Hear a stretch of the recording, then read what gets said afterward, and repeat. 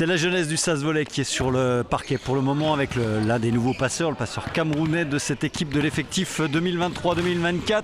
On va parler donc de l'entame de saison pour cette équipe avec l'entraîneur-joueur. On avait l'habitude de dire entraîneur-joueur et maintenant il n'est plus que coach. François Merel, bonsoir François. C'est fini, voilà, que coach. Alors comment c'est la vie sur le banc et uniquement sur le banc? Jusqu'à samedi dernier, je trouvais que c'était top et j'avais envie de rentrer un peu samedi quand même pour les aider, même si je ne sais pas si ça devrait changer grand chose. Non, vraiment bien, c'est un rôle qui me plaît vraiment beaucoup, donc voilà, après c'est un rôle aussi qu'il faut que j'apprenne encore et auquel les joueurs avec qui j'ai joué doivent s'adapter aussi, parce que c'est pas pareil, mais non, c'est intéressant. On va préciser les choses. Vous avez perdu la semaine dernière 3-0 assez sèchement à Saint-Brieuc. D'abord un petit mot sur ce match-là, des regrets, pas de regrets? Pas de regrets vraiment sur le match, parce qu'on n'a pas joué pendant 2 sets, donc c'était compliqué.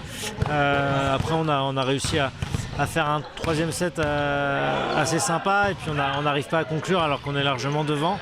Maintenant on est tombé sur une très belle équipe, voilà, mais voilà, c'est la manière qui gênait un petit peu. On en a beaucoup parlé, on a travaillé cette semaine pour régler certaines choses et voilà, après il n'y a pas d'excuses, mais c'est vrai qu'Ahmed est arrivé, il avait un seul entraînement avec nous, donc bon, il y a pas mal de choses encore à travailler.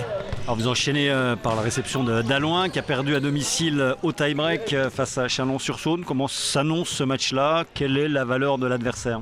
C'est une très belle équipe, ils ont recruté de très bons joueurs là, avec Baptiste Geller qui joue encore l'année dernière en Liga à Cambrai. Voilà, c'est une équipe qui est là depuis longtemps, qui se connaît bien pour certains. Donc voilà, après il va falloir qu'on soit solide chez nous. De toute façon cette saison, ils ont perdu contre Chalon, mais on sait que Chalon on les a joués en prépa, on sait que c'est une belle équipe aussi. Donc voilà, je crois que ça va être un peu comme ça tous les week-ends, il va y avoir des résultats un peu partout. Faut vraiment qu'à domicile on soit solide. Avec un objectif, c'est de se glisser dans les 4 premiers et de jouer les playoffs. Ouais, c'est ça, il va falloir aller chercher beaucoup de victoires. Après, il n'y a pas beaucoup de monde qui iront gagner à Saint-Brieuc, donc là du coup moi ça m'inquiète pas forcément. Comme j'ai dit, c'est plutôt la manière qui m'inquiète. Maintenant c'est sûr que ce week-end c'est un match charnière, parce que si on perd ce week-end ça devient compliqué d'aller déjà prendre de la confiance et derrière on va à Conflans. Donc non, je pense qu'on a les moyens de le faire ce week-end, on doit le faire de toute façon et oui, l'objectif c'est les playoffs et on a envie vraiment d'aller chercher cet objectif-là. Vous pouvez nous présenter votre équipe avec un changement majeur, c'est à la passe, hein. On sait que c'est quand même un rôle clé, un rôle majeur, 2 nouveaux passeurs qui sont arrivés, forcément ça prend un peu de temps pour se mettre en place?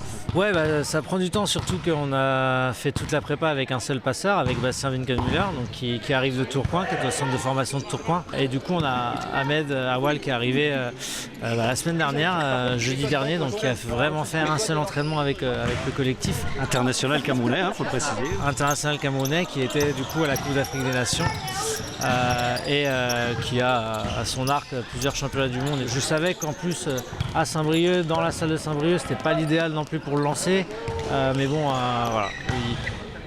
Je pense qu'il va nous apporter cette expérience-là, ce qu'il nous faut. Il est capitaine de cette équipe cette année. Bon, j'en reviens à la première question. François Merel, entraîneur pur jus. Comment ça se passe? Déjà, j'ai moins mal partout, ça c'est super cool. Non, déjà, à l'entraînement, voilà, je suis en recul, donc je vois beaucoup plus de choses. Je participe beaucoup plus à ce que je veux mettre en place. Voilà, c'est pas mal. J'ai un peu plus de temps aussi pour tout ce qui est vidéo, tout ça, et vraiment préparer les séances en fonction de l'adversaire ou juste en fonction de nous même. Tout dernier mot sur votre autre casquette, celle d'entraîneur de l'équipe de France militaire.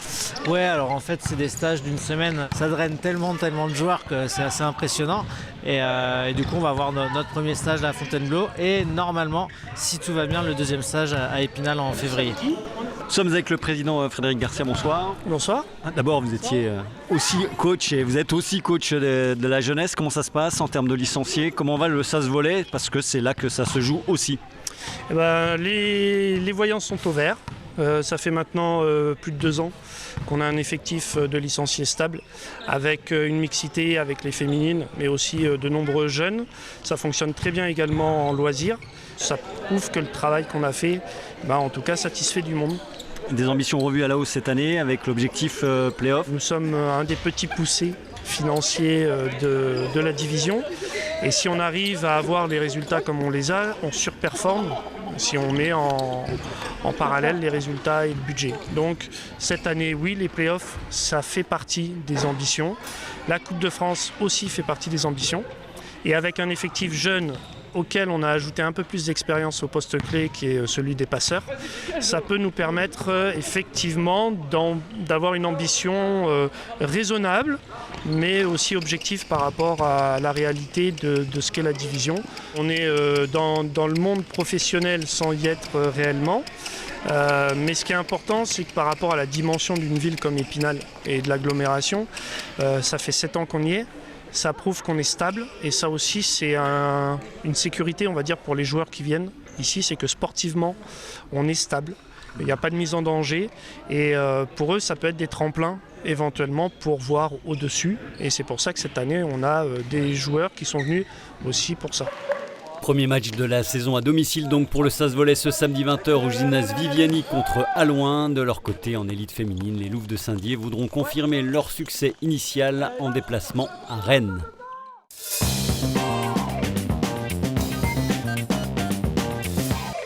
Dans le reste de l'actualité sportive du football, alors qu'en national le SAS joue un match important pour le maintien ce vendredi soir à Marignane, place au 4e tour de la Coupe de France pour les 9 clubs vosgiens encore en lice. Vainqueur sur ces images à Golbey au tour précédent, l'US Raon-l'Étape jouera à Trémery en Moselle avec un avantage de 3 divisions. Idem pour l'ES Taon en déplacement chez le Val de Seille. 3 équipes évolueront à domicile. Le petit poussé vosgien Nomexy-Vincé aura fort à faire face à 9 maisons qui évoluent 4 niveaux au-dessus. De même pour Certigny qui accueillera Vendeuvre et l'entente Saint-Maurice-Fraisse qui reçoit Heillecourt. Match programmé dimanche à 15h, sauf dérogation. En basket, première apparition à domicile ce week-end pour le BCGE en pré-national. Battu lors de la précédente journée par la réserve du SLUC, la troupe de Johan Jack a grillé un joker dans la course à la première place et va devoir rectifier le tir dès ce samedi soir face à Folkling. Entre-deux d'envoi à 20h au Palais des Sports. Le Val d'Ajol de son côté se déplace à Saint-Max. En N3, le Bémircourt joue à Célestat. Organisé en alternance avec celui des Hauts-de-Vosges, après 2 ans d'absence, également pour laisser les sentiers se régénérer, grand retour ce dimanche de l'Enduro des Abbesses avec un très joli plateau à Remiremont, 400 engagés dont une cinquantaine sur e-bikes avec des pilotes habitués des World Series, Hugo Pigeon, François Baillimètre ou encore le Nancéen Lévi Battista, mais aussi des Belges et Allemands. 6 spéciales au programme pour 31 km et 1300 mètres de dénivelé. Premier départ samedi à 9h25 sur les hauteurs de la Grange-Puton, fin en milieu d'après-midi.